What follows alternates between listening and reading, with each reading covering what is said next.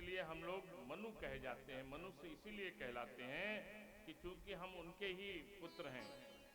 जब ब्रह्मा जी ने मनु को सृष्टि की शुरुआत करने के लिए कहा था तो मनु ने मना कर दिया था कि नहीं, मैं नहीं जाऊंगा, मैं नहीं जाऊंगा। हम वैकुंठ छोड़कर क्यों जाएंगे, यहाँ इतने आनंद में रह रहे हैं, नीचे मृत्युलोक में हम क्यों जाएंगे, यहाँ के जैसा आनंद हमको वहां थोड़ी मिलेगा। तब मेरे प्रभु ने कहा था कि तुम चिंता मत करो मनु, मैं वैकुंठ को ही पृथ्वी पर भेजे देता हूँ और तुम जाकर के वहां पर बसो जाकर के, और इसको इस हमारे वैकुंठ को अयोध्यापुरी के नाम से जाना जाएगा।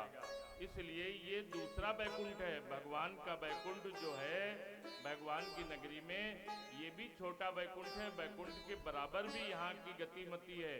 यहाँ एक सेकंड के लिए भी अगर कोई जाता है तो उसको इतना फल मिलता है कि उसके पुण्य का जो है किताबें भर जाती हैं, रजिस्टर भर जाते हैं, इतना पुण्य कमाता है वहां जाकर मात्र से।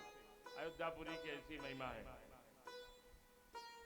और ये कह करके वैकुंठ छोड़ करके तब फिर नीचे आ गए थे वो, और बोले चलो ठीक है महाराज, अगर आप कहते हैं तो हम आपकी बात मान लेते हैं। परंतु अयोध्या को भेजा तो उन्होंने, लेकिन उसका तेज, उसका वैभव, उसकी गरिमा इतनी ज्यादा थी कि पृथ्वी उसको संभाल नहीं सकी। पृथ्वी पाताल में जाने लगी। तब मेरे राघव ने चक्र को आदेश दिया और कहा जाओ, जा करके पृथ्वी को धारण करो, जाओ जा करके पृथ्वी को धारण करो जा करके।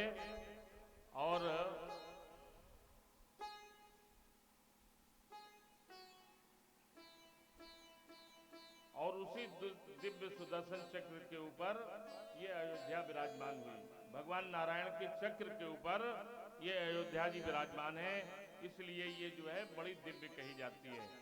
श्री अयोध्या जी जाने मात्र से जीव मुक्ति पा जाता है। केवल एक बार आदमी जो हो करके आ जाता है अयोध्या जी, जीवन में उसको दोबारा कभी संसार में लौट के नहीं आना पड़ता। ये प्रभाव है अयोध्या जी का। बोलिए अयोध्या नाथ की जय। और अगर कहीं 2-4 दिन वहां रुक गए तो फिर तो बातें ही अलग है। इसलिए अयोध्या में जो जीव मरता है वो सीधे वैकुंठ को जाता है, वो फिर दोबारा जन्म नहीं लेता है। तुलसीदास जी कहते हैं, कल्प कोटि काशी बसे और मथुरा बसे हजार, एक निमिष सरजू बसे तुले न तुलसीदास। 7 मोक्षदायिनी पुरियों में प्रथम स्थान श्री अयोध्यापुरी का आता है। इसके अतिरिक्त और सब छोटी इससे कही गई हैं। वैसे इन 7 पुरियों के नाम आप सुन लीजिए। पहली अयोध्यापुरी, दूसरी काशी, तीसरी मथुरा, चौथी कांची, 5वीं अवंतिका, 6ठी माया और 7वीं जगन्नाथपुरी। भगवान शंकर कहते हैं, देवी अयोध्या का साक्षात ब्रह्म का रूप है। सरजू सगुण ब्रह्म है। भगवान राम जी के नेत्रों से निकली हैं ये, इसलिए इनकी शुद्धता को बरकरार रखने के लिए जब कभी भी इनमें स्नान करने जाओ तो शुद्धता के साथ जाओ। अशुद्ध होकर के कभी मत जाना इसमें स्नान करने।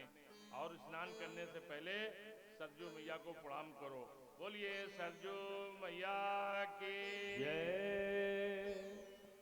अयोध्या का वैभव और वहाँ की साज सज्जा, वहाँ इतना बड़ा खजाना देख करके कुबेर का खजाना भी बहुत छोटा लगता है। कुबेर को हमेशा कुबेर ललचाते रहते हैं कि कभी न कभी